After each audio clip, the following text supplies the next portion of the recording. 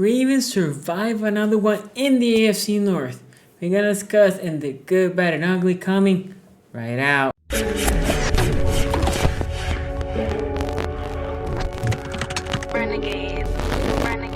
Hey guys, my name is Sunny. Welcome to szg Sports, and if you love Ravens content, and I know you do, please subscribe now and hit that bell so you know when I come live, when I post a video.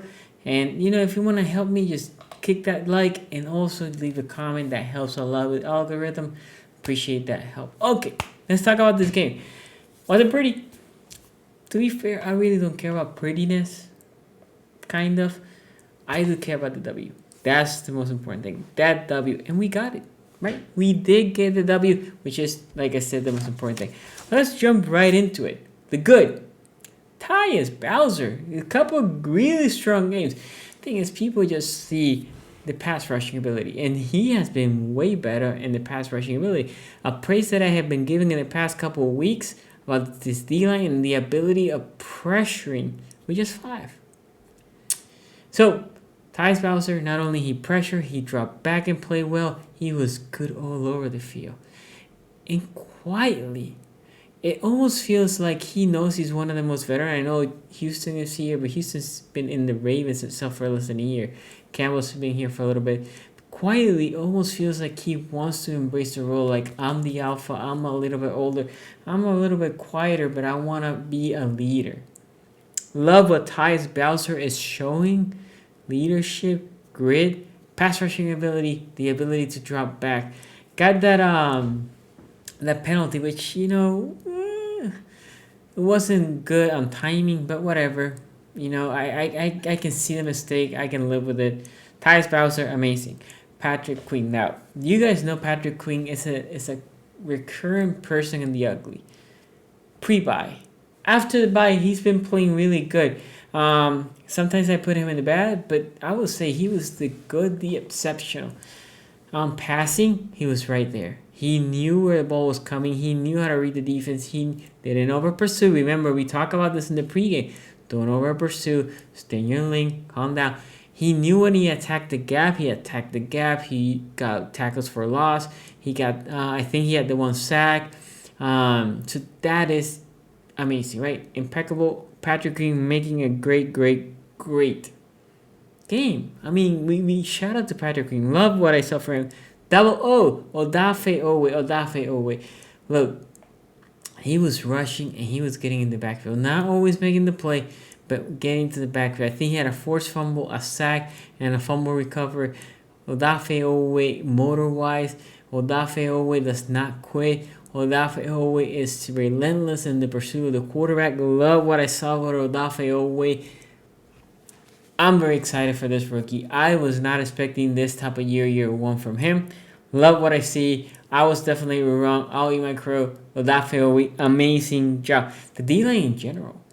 D-line has been balling. Think about this. You had no Calais Campbell against one of the top running teams in the league, and you're like, ooh, might not be good. Will the linebacker step up? But that D-line, Brandon Williams step up, Matabuki step up, Big Jelly step up, right?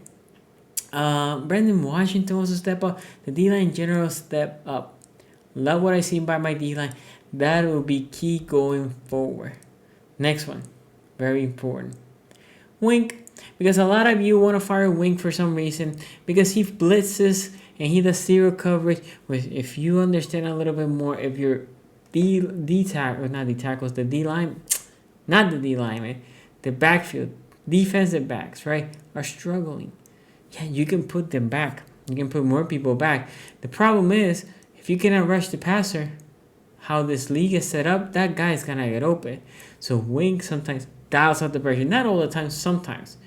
And with Baker, he was like, we're going to dial it up. Now, we had 2 blown coverage, 2 big plays. But for the most part, Baker was hit, and he did not know what to do. Love the game plan. Love the aggressiveness by him. So, love it. Okay, let's go with the bad. That was a lot of good for such an ugly game. The bad. The offense. And look, I'm going to call somebody up that I usually don't call. I know a lot of you do. Giro. My problem with Giro is not on the passing side. There is plays to be made. We'll talk about Lamar Jackson later. Bateman's been playing fairly well. You get Hollywood playing fairly well. Oh, I forgot one. Man, I forgot about actually two. Oh my god, let me take it back. Two turnovers. Producing turnovers, that has not been typical for the Ravens this year. Producing turnovers, that is amazing. And Mark Andrews, the only one on my offensive side. Mark Andrews, hell of a game, hell of a game, hell of a game. That catch, my goodness.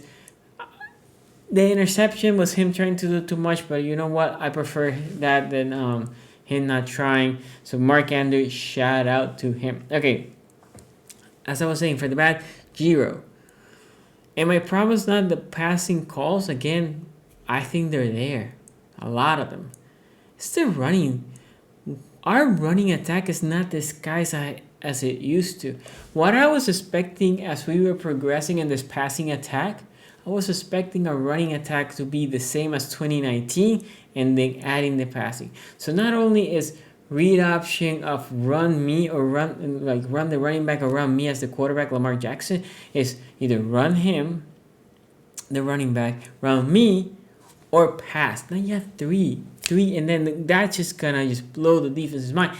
Well, no, our running options are not that disguised. It's rarely where we just have this misdirection. So I want to see more of that on the running side. And on the passing side, again, I like it. So again, I'm not just trashing Giro. I don't even think it's Giro's fault that we're not that scoring that much. But on the running side, I think we can disguise it more because we don't have that elite running back. Freeman has been okay. Murray looks slow right now coming out of that injury. And Williams, well, we know what Tyson is right now. Is unusable, I guess. So saying all that, we need to be more creative on the running side so the running backs can have lanes to exploit. Okay? And then the running attack, right? The running attack, it just needs to be better. We might be top 3 in the league. I'm not sure. I haven't checked on the running side. But it doesn't feel like it while you're watching the game, right? Like we don't move. Now, I will say this. I like that we don't quit. I know a lot of fans be like, oh, we need to stop running ball. No, you know why in the last series we were able to move the ball? It was because we kept grinding, we kept pushing, we kept moving the ball. That defense got tired, and we were able to go 4 or 5. And if it wasn't by a holding call by Powers, which in my opinion was a little questionable, but whatever, that game would have been over because it was 2nd and 1 or 2nd and 2, right? And we were going to take one last snap before the 2-minute warning, which would have put it, if we got on a first down in that attempt or in the next attempt, which again, we were moving the ball on the running side, if you get the first down, it would have been over, right? You didn't even have to kick the field goal. It would have been just by 3. Anyway, the offense and the running attack needs to get better. The tackles. Villanueva. Now, this is one of the best bookend pass rushers that you might see. Villanueva, dude, ain't working. And then Pat McCarry. Look, Pat McCarry, after the injury, and this is a total ass because I don't think Pat McCarry is a right tackle, right? I think he is better in the inside.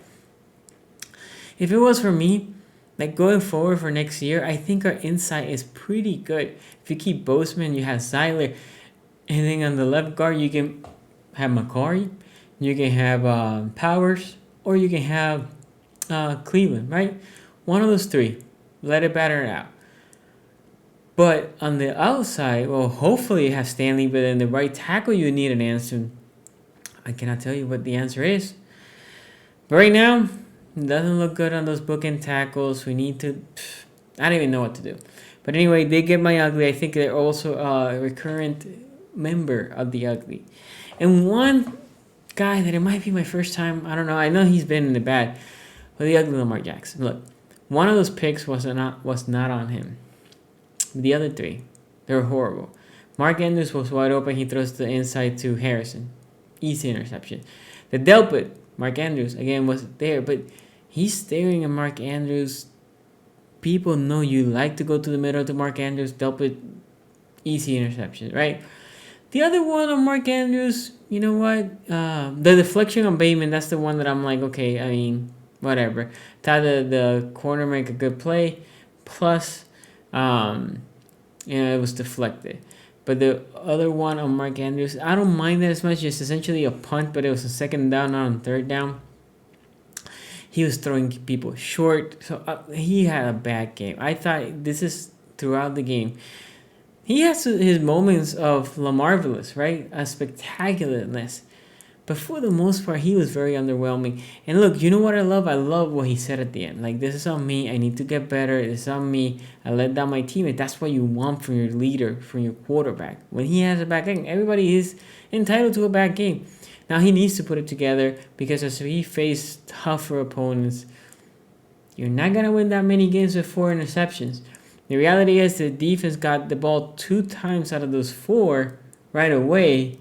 But, man, you need to make sure you don't turn that ball over.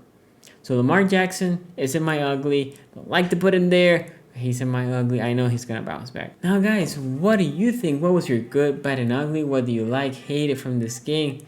If you like this video, give it a thumbs up, subscribe to this channel, follow me on Twitter, IG, Facebook at szg.sports. Don't forget, I also do live streams on Tuesdays or Mondays. Thursday, that's AFC North Talk. Make sure you subscribe and hit that bell. That way you know when we come live, as we sometimes have to change the channel's schedule. Thanks for watching. I will see you next time.